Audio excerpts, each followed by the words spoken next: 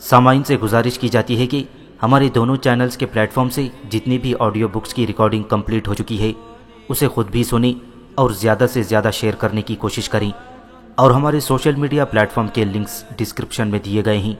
ہمیں سبسکرائب اور فالو ضرور کریں تاکہ آپ کو ضروری اپڈیٹس ملتے رہیں، اور ہماری ٹیم کی فنانشیل سپورٹ کے لیے پیٹریون کی لنک ضرور چیک کریں۔ جزاک اللہ۔ بسم اللہ الرحمن الرحیم۔ سفید جزیرہ، مصنف نسیم حجازی۔ ایپیسوڈ 6، کنگ سائمن کی پہلی سالگرہ۔ جاپانی اخبار نویس کی رپورٹ کا آخری حصہ، جس میں اس نے کنگ سائمن کے عہد حکومت کی پہلی سالگرہ کے چشمدید حالات بیان کیے ہیں، بہت دلچسپ ہے۔ مسٹر شنکو منکو لکھتا ہے، اگلے مہینے کنگ سائمن کی بادشاہت کی پہلی سالگرہ منائی جائے گی۔ وزیر اعظم شوشلنگ نے یہ تجویز پیش کی ہے کہ مریخ سے ہز میجسٹی کی تشریف آوری کے دن کو کنگ سائمن ڈے کے نام سے پکارا جائے گا۔ ہماری بدقسمتی سے ہز میجسٹی 3 سال کی مدت ختم ہونے کے بعد مریخ واپس تشریف لے جائیں گے، لیکن ان کا عہد حکومت ہمیشہ یاد رہے گا، اور مجھے یقین ہے کہ ہم اور ہماری آئندہ نسلیں تشکر اور احسان مندی کے اظہار کے لیے ہر سال کنگ سائمن ڈے منایا کریں گے۔ میں عوام سے یہ اپیل کرتا ہوں کہ وہ پورے جوش و خروش کے ساتھ کنگ سائمن ڈے کی تقریبات میں حصہ لیں۔ میں اس سلسلے میں عوام کو ایک خوشخبری سنانا چاہتا ہوں، اور وہ یہ ہے کہ ہز میجسٹی نے اس خواہش کا اظہار کیا ہے کہ ان کے عہد حکومت کی سالگرہ کی خوشی میں ان کی تمام رعایا کو کم از کم 2 وقت کے لیے خالص آٹے کی روٹیاں مہیا کی جائیں گی۔ لیکن میری کابینہ نے یہ فیصلہ کیا ہے کہ اس دن کی خوشی میں کم از کم 1 ہفتے کے لیے کھانے پینے کی تمام اشیاء میں ہر قسم کی ملاوٹ ممنوع قرار دی جائے گی۔ کنگ سائمن ڈے کی تقریبات کا پروگرام پوسٹروں، اخباروں اور ریڈیو کے ذریعے نشر کیا جائے گا۔ میں امید کرتا ہوں کہ ہز میجسٹی کی رعایا اس پروگرام کو کامیاب بنانے کی ہر ممکن کوشش کرے گی۔ اس کے بعد مسٹر شنکو منکو لکھتا ہے، میں گھر پہنچنے کے لیے بے چین تھا، اور اپنے اخبار کے ایڈیٹر کی طرف سے مجھے سفید جزیرے کو خیرباد کہنے کی اجازت مل چکی تھی، لیکن کنگ سائمن ڈے کی تقریبات کے پروگرام کا مطالعہ کرنے کے بعد ایک بار پھر میں نے اپنا ارادہ تبدیل کر دیا اور اخبار کے ایڈیٹر سے یہ درخواست کی تھی کہ مجھے چند دن اور یہاں ٹھہرنے کی اجازت دی جائے۔ اب میں کنگ سائمن ڈے کی تقریبات کا آنکھوں دیکھا حال بیان کرتا ہوں۔ صبح 7 بجے ہز میجسٹی کو شاہی محل میں باڈی گارڈ دستوں نے سلامی دی تھی۔ اس کے بعد وہ خوبصورت بھگی نکالی گئی جس پر جزیرے کے سابق حکمران خاص الخاص موقعوں پر سواری کیا کرتے تھے۔ اس بگھی کو 12 سفید گھوڑے کھینچتے تھے، لیکن وزیر اعظم نے وزراء صاحبان اور نیشنل اسمبلی کے ارکان کی طرف سے یہ درخواست پیش کی تھی کہ اگر ہز میجسٹی اجازت دیں تو گھوڑوں کی جگہ ہم آپ کی بگھی کھینچنے کا شرف حاصل کرنا چاہتے ہیں۔ یہ درخواست قبول کی گئی۔ ملکہ اور بادشاہ بگھی پر سوار ہوئے اور سلطنت کے اکابر بگھی کے آگے بندھے ہوئے ریشمی رسے پکڑ کر 4 قطاروں میں کھڑے ہو گئے۔ وزیر اعظم سب سے آگے تھا اور اس نے ایک رسے کا آخری سرا اپنی کمر کے ساتھ باندھ رکھا تھا۔ بگھی کے آگے اور پیچھے سواروں اور پیادہ سپاہیوں کے دستے تھے۔ سب سے آگے کوئی 150 آدمیوں کا شاندار بینڈ تھا۔ ٹھیک 7:10 پر شاہی جلوس محل سے باہر نکلا۔ عوام کو بار بار ہدایت کی گئی تھی کہ وہ شاہی جلوس میں شرکت کے لیے صبح ہوتے ہی محل کے دروازے پر پہنچ جائیں، اور جب جلوس بازار سے گزرے تو ہر دکان اور مکان کی چھت پر جمع ہونے والی عورتیں شاہی سواری پر پھول نچھاور کر دیں۔ لیکن جب یہ جلوس محل سے باہر نکلا تو شہر کی تمام سڑکیں اور بازار سنسان نظر آتے تھے۔ عمائدین سلطنت جو بادشاہ اور ملکہ کی بگھی کے آگے جھکے ہوئے تھے، اس غیر متوقع صورت حالات سے بے حد پریشان تھے۔ جب جلوس بڑے بازار کے وسط میں پہنچا تو دونوں طرف کے مکانوں کی چھتوں سے پھولوں کے بجائے انڈوں اور ٹماٹروں کی بارش ہونے لگی۔ ایک ٹماٹر ملکہ کے سر پر لگا۔ بادشاہ سلامت نے پریشان ہو کر ایک چھت کی طرف دیکھا تو 3 ٹماٹر ایک کے بعد دیگرے اس کے منہ پر آ لگے تھے۔ ملکہ اور بادشاہ نے مخمل کی 2 گدیاں اٹھا کر اپنے سروں پر ڈال لیں، لیکن باقی لوگوں خاص کر بگھی میں جتے ہوئے حضرات کا برا حال تھا۔ انہیں مجبوراً آہستہ آہستہ چلنے کے بجائے تیزی سے بھاگنا پڑا تھا۔ تھوڑی دیر بعد پولیس کے دستے آس پاس کے مکانوں پر پہنچ چکے تھے اور انڈوں کی بارش بند ہو گئی۔ لیکن چند قدم بھاگنے کے بعد وزراء اور نیشنل اسمبلی کے معزز ارکان بری طرح ہانپ رہے تھے۔ جلوس کسی اور حادثے کا سامنا کیے بغیر شاہی قبرستان میں داخل ہوا۔ بادشاہ اور ملکہ بھگی سے اترے اور عمائدین سلطنت اپنے اپنے رومال نکال کر ان کی قبائیں صاف کرنے لگے۔ کنگ سائمن نے سابق حکمران اور ملکہ وائٹ روز نے سابق ملکہ کی قبروں پر پھولوں کی چادریں چڑھائیں۔ اس کے بعد بازار کے واقعات پر تبصرہ ہونے لگا۔ وزیر اعظم شوشلنگ کی آنکھیں آنسوؤں سے لبریز تھیں اور وہ سراپا التجا بن کر یہ کہہ رہا تھا، عالی جاں، شہر کے لوگ لاکھوں کی تعداد میں آپ کے جلوس میں حصہ لینے کے لیے بے قرار تھے۔ انہوں نے آپ کے راستے میں 300 شاندار دروازے بنائے تھے، لیکن عین موقع پر لوگ بھی غائب تھے اور پھاٹک بھی۔ حضور، میرا جی چاہتا ہے کہ میں خودکشی کر لوں۔ میرے تمام وزراء اور نیشنل اسمبلی کے ارکان خودکشی کے ارادے کر رہے ہیں۔ ہماری اس سے زیادہ توہین اور کیا ہو سکتی ہے کہ اگر یہ لوگ تمام جزیرے کے انڈے اور ٹماٹر جمع کر کے آپ کے اس غلام پر چاند ماری کرتے تو مجھے اس کی قطعاً پرواہ نہ ہوتی، لیکن آپ کے ساتھ یہ گستاخی میرے لیے ناقابل برداشت ہے۔ مجھے یقین ہے کہ کالے جزیرے کے سینکڑوں جاسوس یہاں سرگرم عمل ہیں اور انہوں نے راتوں رات آپ کی رعایا کو مشتعل کر دیا ہے۔ باقی وزراء اور نیشنل اسمبلی کے کئی ارکان وزیر اعظم کی ہاں میں ہاں ملانے لگے تھے۔ حضور، وزیر اعظم بالکل درست کہہ رہے ہیں، اس سازش میں یقیناً کالے جزیرے کی حکومت کا ہاتھ ہے۔ یہ باتیں سن کر کانچو مانچو کا پیمانہ صبر سے لبریز ہو گیا اور اس نے کہا، عالی جاں، یہ سب بکواس کرتے ہیں۔ کالے جزیرے کے عوام اور کالے جزیرے کی حکومت آپ کو اپنا بہترین دوست سمجھتے ہیں۔ میں آج صبح کالے جزیرے کے وزیر اعظم کا نشری پیغام سن چکا ہوں۔ انہوں نے آپ کو مبارکباد دینے کے بعد یہ دعا کی ہے کہ حضور کو کم از کم 1000 برس اور زندہ رہنا چاہیے۔ انہوں نے یہ بھی کہا ہے کہ اگر سفید جزیرے کی رائے عامہ میرے خلاف نہ ہوتی تو میں بذات خود یہاں آ کر اس مبارک دن کی تقریبات میں حصہ لیتا۔ یہ سارا قصور ان لوگوں کا ہے جنہوں نے عوام سے داد تحسین حاصل کرنے کے شوق میں انہیں خالص راشن مہیا کرنے کی غلطی کی ہے۔ کنگ سائمن نے جواب طلب نگاہوں سے وزیر اعظم کی طرف دیکھا اور اس نے گھگیا کر کہا، یور میجسٹی، خالص آٹا تقسیم کرنے کا حکم آپ ہی نے دیا تھا۔ کانچو مانچو کہنے لگا، لیکن ہز میجسٹی نے صرف آپ کے لیے یہ حکم دیا تھا اور تم لوگوں نے پرسوں سے ہی یہ تقسیم شروع کر دی تھی، اور تمہارے فیصلے کے مطابق ابھی 4 دن اور لوگوں کو خالص راشن ملے گا۔ آج کے حالات دیکھنے کے بعد میرا اندازہ ہے کہ 7 دن خالص آٹا کھانے کے بعد یہ لوگ شاہی محل پر بھی دھاوا بولنے سے دریغ نہیں کریں گے۔ وزیر اعظم سراسیمہ ہو کر اپنے ساتھیوں کی طرف دیکھنے لگا اور پھر بادشاہ کی طرف متوجہ ہو کر بولا، یور میجسٹی، اگر آپ کو میری وفاداری پر شبہ ہے تو میں ہر انڈے اور ٹماٹر کے بدلے 1 درجن جوتے کھانے کے لیے تیار ہوں۔ کنگ سائمن نے جواب دیا، تمہاری وفاداری اور امتحان بعد میں لیا جائے گا، اس وقت ہم یہ چاہتے ہیں کہ خالص راشن کی تقسیم فوراً بند کر دی جائے۔ سوشلنگ نے فاتحانہ انداز میں ادھر ادھر دیکھا اور کہا، عالی جاں، آپ کے حکم کی تعمیل کی جائے گی۔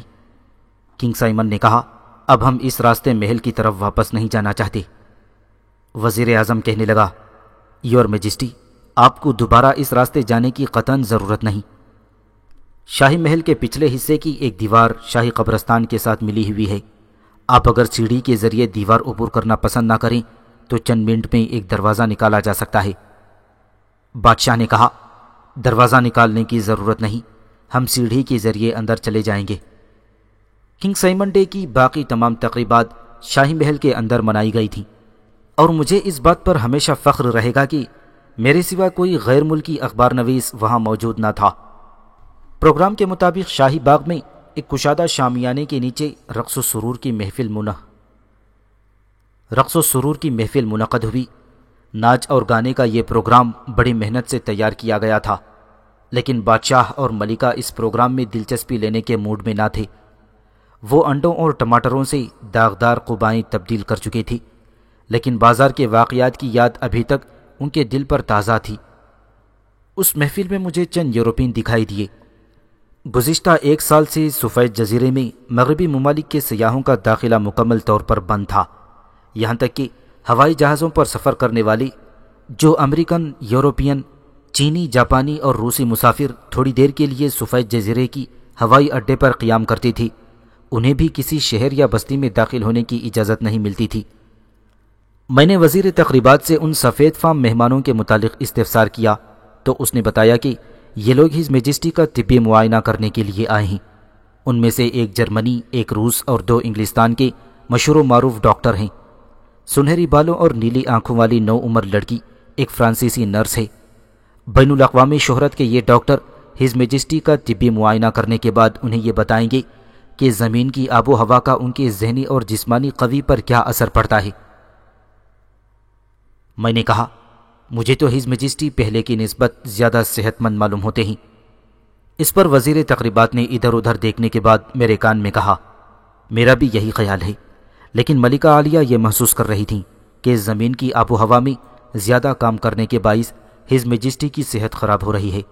اپنی سالگرہ کی تقریبات سے فارغ ہونے کے بعد ہز میجسٹی ان ڈاکٹروں سے معائنہ کروائیں گے۔ میں نے وزیر تقریبات سے باقی 2 آدمیوں کے متعلق پوچھا اور اس نے جواب دیا کہ یہ دونوں امریکی سائنسدان ہیں۔ یہ سائنسدان بادشاہ سلامت کے لیے اپنی حکومت کی طرف سے ایک دوربین کا تحفہ لے کر آئے ہیں۔ آج رات تقریبات سے فارغ ہونے کے بعد ہز میجسٹی اس دوربین کی مدد سے اپنے وطن عزیز یعنی مریخ کا مشاہدہ فرمائیں گے۔ محل میں جمع ہونے والے مہمانوں کے ساتھ دوپہر کا کھانا کھانے کے بعد ہز میجسٹی اور ملکہ عالیہ چند گھنٹے آرام کرنے کے لیے اپنی خوابگاہ میں تشریف لے گئے۔ 4 بجے ان کا دربار منعقد ہوا۔ ہز میجسٹی نے معزز مہمانوں کو مختلف خطابات سے نوازا۔ اس کے بعد انہیں اسمگلنگ یعنی درآمدی اور برآمدی لائسنس عنایت فرمائے گئے۔ اس کے بعد ملکہ، بادشاہ اور ان کے مہمان کشادہ شامیانے کے نیچے جمع ہو کر بازیگروں کے کرتب دیکھنے لگے۔ شام کے وقت جاپانی آتش بازوں نے اپنے کمالات کا شاندار مظاہرہ کیا۔ ہز میجسٹی کا موڈ بدل چکا تھا اور وہ اپنے یورپین مہمانوں بالخصوص سنہری بالوں اور نیلی آنکھوں والی فرانسیسی نرس کے ساتھ ہنس ہنس کر باتیں کر رہی تھی۔ لیکن آتش بازی کے دوران میں ایک عجیب حادثہ پیش آیا۔ یہ حادثہ جس قدر غیر متوقع تھا اسی قدر دلچسپ بھی تھا۔ جاپانی آتش باز نے ایک بڑی ہوائی چلائی جو آگ کے شعلے پھینکتی ہوئی فضا میں غائب ہو گئی۔ پھر اس ہوائی کے پھٹنے سے ایک زبردست دھماکے کی آواز سنائی دی اور کئی چھوٹے چھوٹے گولے فضا کے مختلف رنگوں کی روشنی سے چکا چوندھ کرتے ہوئے ادھر ادھر منتشر ہو گئے اور زمین سے تھوڑی دور یہ گولے پھٹنے لگے۔ ایک گولہ تماشائیوں سے بالکل قریب آ کر پھٹا اور وہ گرتے ہوئے انگاروں سے بچنے کے لیے ادھر ادھر بھاگنے لگی تھی۔ آتش باز نے لاؤڈ سپیکر پر بلند آواز میں کہا، معزز حضرات، آپ اطمینان سے بیٹھے رہیں، یہ انگارے نہیں بلکہ ایک بے ضرر چمکدار کیمیائی مرکب ہے۔ لیکن کنگ سائمن جو ہوائی پٹاخے کا دھماکہ سنتے ہی اٹھ کر کھڑا ہو گیا تھا، اپنی قبا پر انگاروں کی بارش دیکھ کر پوری رفتار سے بھاگا اور اپنے پیچھے تماشائیوں کی کرسیاں پھاندتا ہوا ایک درخت پر جا چڑھا۔ حاضرین اس حرکت کو اپنے بادشاہ کی زندہ دلی سے تعبیر کر کے قہقہہ لگا رہے تھے۔ ان کے پرزور مطالبے پر آتش باز نے روشنی کے چند گولے پھینکے اور فضا چکا چوندھ ہو گئی۔ کنگ سائمن درخت کی ایک شاخ کے ساتھ چمٹا ہوا بری طرح کانپ رہا تھا۔ آتش باز بدستور روشنی کے گولے پھینکتا رہا اور تماشائی کنگ سائمن کی طرف دیکھ کر قہقہے لگاتے رہے۔ ہز میجسٹی نے چند ثانیے انتہائی عاجزی کے ساتھ دانت نکال کر تماشائیوں کی طرف دیکھا اور پھر ایک بندر کسی پھرتی کے ساتھ درخت کی چوٹی کا رخ کرنے لگا۔ ملکہ روز پریشان ہو کر اپنی کرسی سے اٹھیں اور مائکروفون کے قریب جا کر بلند آواز میں بولی، یہ مریخ کا رواج ہے، ہز میجسٹی یہ دیکھنا چاہتے ہیں کہ تم میں سے کوئی انہیں چھو سکتا ہے یا نہیں۔ اس اعلان کے بعد وزراء اور نیشنل اسمبلی کے ارکان کے لیے ہز میجسٹی کو ہاتھ لگانا زندگی اور موت کا مسئلہ بن چکا تھا۔ وہ بے تحاشا درخت کی طرف بھاگنے لگے۔ پولیس نے آن کی آن اس کی سرچ کا انتظام کر دیا۔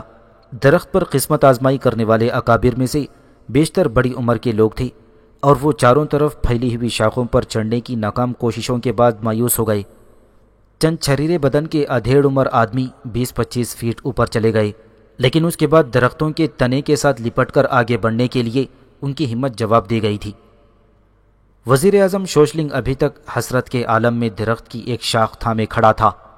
اس کی مشکل حل کرنے کے لیے پولیس نے فائر بریگیڈ کو بلوا لیا اور انہوں نے درخت کی چوٹی تک ایک بلند سیڑھی کر دی۔ اب تمام وزراء اور نیشنل اسمبلی کے ارکان اس سیڑھی پر چڑھنے کے لیے بے تاب نظر آتے تھے اور اس مسئلے پر گرما گرم بحث ہو رہی تھی کہ ہز میجسٹی کو چھونے کا سب سے زیادہ حقدار کون ہے۔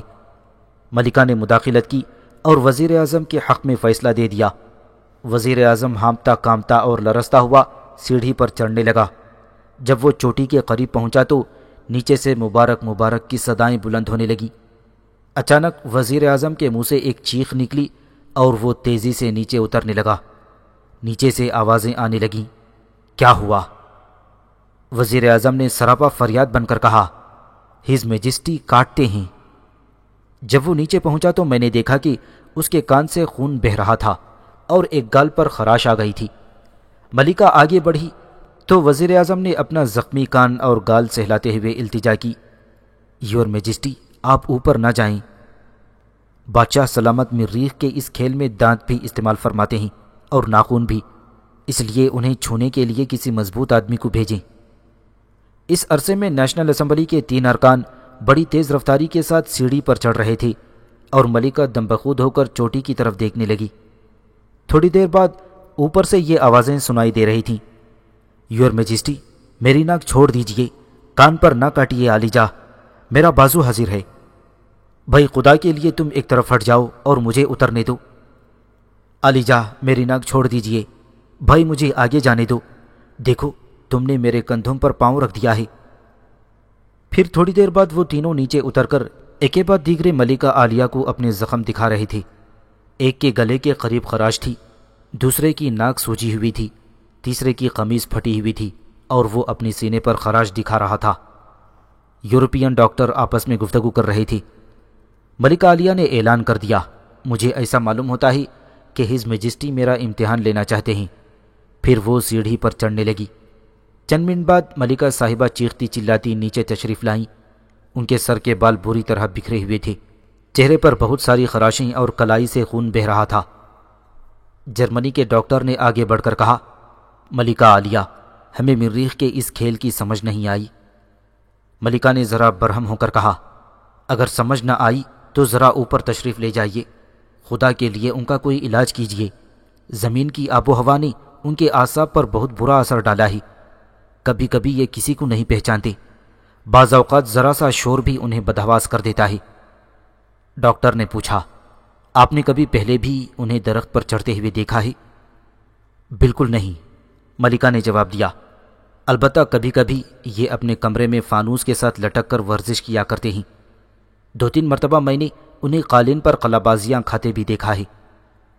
ڈاکٹر نے حیران ہو کر کہا، اس عمر میں ہز میجسٹی کی یہ زندہ دلی حیرت انگیز ہے۔ جب ڈاکٹر صاحبان ملکہ، وزیر اعظم اور دوسرے صاحبان کے زخموں پر دوائی لگا رہے تھے تو انگریز ڈاکٹر نے ملکہ سے پوچھا، ہز میجسٹی نے آپ کو پہلے بھی کبھی کاٹا ہے؟ ہاں، ایک بار جب میں نے انہیں فانوس سے اتارنے کی کوشش کی تھی تو انہوں نے میرا انگوٹھا چبا ڈالا تھا۔ انگریز ڈاکٹر نے کہا، میرا یہ مشورہ ہے کہ آتش بازی بند کر دی جائے، ورنہ ہز میجسٹی درخت سے اترنا پسند نہیں کریں گے۔ ملکہ کے حکم سے آتش بازی بند کر دی گئی اور کوئی 10 منٹ بعد ہز میجسٹی سیڑھی کے ذریعے آہستہ آہستہ نیچے آ رہے تھے۔ بادشاہ کے نیچے اترتے ہی ملکہ نے جشن کی تقریبات کے اختتام کا اعلان کر دیا اور مہمان حضرات ہز میجسٹی کنگ سائمن زندہ باد کے نعرے لگاتے ہوئے وہاں سے چل دیے تھے۔ میں کچھ دیر وہاں کھڑا رہا۔ کنگ سائمن کا چہرہ بے حد زرد تھا اور آنکھوں سے ابھی تک وحشت ٹپک رہی تھی۔ انگریز ڈاکٹر نے آگے بڑھ کر کنگ سائمن کی نبض دیکھنے کی کوشش کی، لیکن اس نے اپنا ہاتھ جھٹک کر ڈاکٹر کو پیچھے ہٹا دیا۔ ملکہ وائٹ روز نے کہا، ہز میجسٹی کی طبیعت بہت خراب ہے، یہ بہتر ہوگا کہ آپ اندر چل کر ان کا معائنہ کریں۔ ملکہ نے آگے بڑھ کر کنگ سائمن کا ہاتھ پکڑا اور وہ کسی مزاحمت کے بغیر اس کے ساتھ اپنی قیامگاہ کی طرف چل دیا۔ ڈاکٹر صاحبان ان کے پیچھے ہو لیے اور میں اپنے ہوٹل کی طرف روانہ ہوا۔ شہر کی گلیوں اور بازاروں میں پولیس کے آدمی اور وزراء اور نیشنل اسمبلی کے ارکان کے نوکر، جن کی اکثریت ملک بھر کے جرائم پیشہ لوگوں پر مشتمل تھی، موم بتیاں جلا رہے تھے، لیکن عوام جنہوں نے کنگ سائمن ڈے کا مکمل بائیکاٹ کر دیا تھا، بدستور اپنے گھروں میں بیٹھے رہے۔ میں نے اپنے کمرے میں پہنچ کر ریڈیو کا سوئچ دبایا تو کنگ سائمن ڈے کی تقریبات کا آنکھوں دیکھا حال نشر ہو رہا تھا۔ میرے لیے نشری تقرری کا آخری حصہ بہت دلچسپ تھا۔ مقرر یہ کہہ رہا تھا، ہمیں افسوس ہے کہ شہر کے بعض لوگ ہز میجسٹی کے شاندار جلوس میں شرکت نہیں کر سکے، لیکن اس افواہ میں کوئی صداقت نہیں ہے کہ انہوں نے جشن کی تقریبات کا بائیکاٹ کیا تھا۔ اصل واقعہ یہ ہے کہ جب جلوس نکل رہا تھا، بعض لوگ شہر کی مختلف عبادت گاہوں میں جمع ہو کر اور بعض اپنے گھروں میں بیٹھ کر ہز میجسٹی کی صحت اور درازی عمر کی دعائیں مانگ رہے تھے۔ بعض شرپسند یہ مشہور کرنے کی کوشش کر رہے ہیں کہ شاہی سواری پر ٹماٹر اور انڈے پھینکی گئی تھی، لیکن یہ خبریں قطعاً بے بنیاد ہیں۔ بادشاہ اور ملکہ پر پھولوں کے سوا کسی چیز کی بارش نہیں ہوئی۔ آج رات شاہی محل میں ایک دلچسپ واقعہ پیش آیا۔ ہز میجسٹی اپنی صحت و تندرستی اور زندہ دلی کا ثبوت دینے کے لیے اچانک ایک بلند درخت پر چڑھ گئے۔ وزیر اعظم اور ان کے چند رفقا نے بھی اس دلچسپ کھیل میں حصہ لینے کی کوشش کی، لیکن انہیں اس حقیقت کا اعتراف کرنا پڑا کہ اہل زمین کسی میدان میں بھی مریخ کے باشندوں کا مقابلہ نہیں کر سکتے۔ میرے دل میں یہ شبہ پیدا ہو چکا تھا کہ کنگ سائمن کسی دماغی عارضے میں مبتلا ہیں، لیکن اگلے دن میں نے وزیر اعظم سے ملاقات کر کے کنگ سائمن کا حال پوچھا تو انہوں نے بڑے وثوق کے ساتھ یہ کہا کہ کنگ سائمن بالکل ٹھیک ہے۔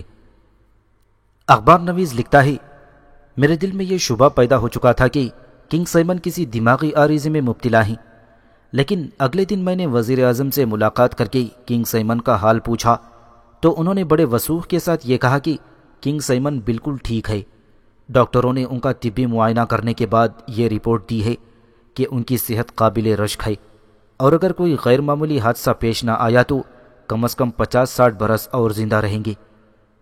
میں وزیر اعظم کی باتوں سے مطمئن نہیں ہوا اور اگلے دن اپنے پرانے دوست گوشنگ کے پاس پہنچا۔ انہوں نے یہ اعتراف کیا کہ کنگ سائمن کی صحت کے بارے میں انتہائی رازداری سے کام لیا جا رہا ہے، اور مجھے انتہائی کوشش کے باوجود ان کی مزاج پرسی کا موقع نہیں مل سکا۔ میرے نزدیک درخت پر چڑھنا کوئی غیر معمولی واقعہ نہیں، لیکن کنگ سائمن کی عمر کے آدمی کی یہ پھرتی میرے لیے حیرت انگیز ہے۔ میں نے کہا، درخت پر چڑھنا اتنی عجیب بات نہیں، لیکن یہ منہ نوچنے اور کاٹنے والی بات میری سمجھ میں نہیں آئی۔ یہ مریخ کا کوئی دلچسپ کھیل ہے۔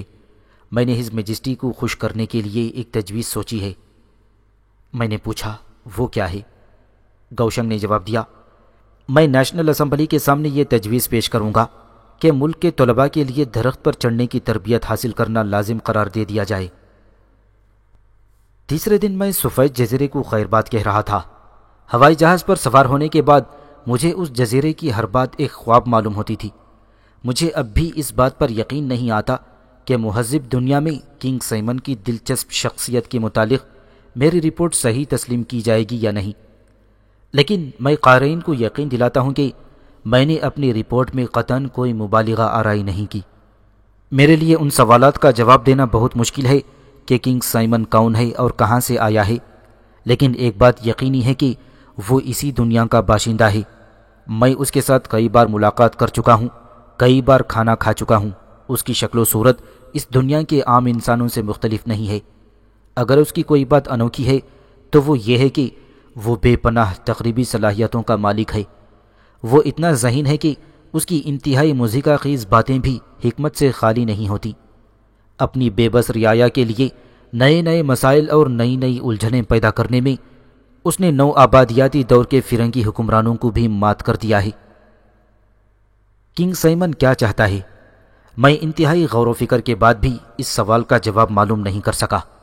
اگر میں چند مہینے اور وہاں ٹھہر سکتا تو شاید اس سوال کا کوئی موزوں جواب میری سمجھ میں آ جاتا، لیکن میں واپس آ گیا ہوں اور مجھے یقین نہیں ہے کہ اس رپورٹ کی اشاعت کے بعد مجھے یا کسی اور غیر ملکی اخبار نویس کو سفید جزیرے میں پاؤں رکھنے کی اجازت مل سکے گی۔ کنگ سائمن بلا شبہ دنیا کا ایک نیا عجوبہ ہے، اور مجھے اس بات پر ہمیشہ فخر رہے گا کہ میں وہ پہلا غیر ملکی اخبار نویس ہوں جس نے اس پراسرار شخصیت کو قریب سے دیکھا ہے۔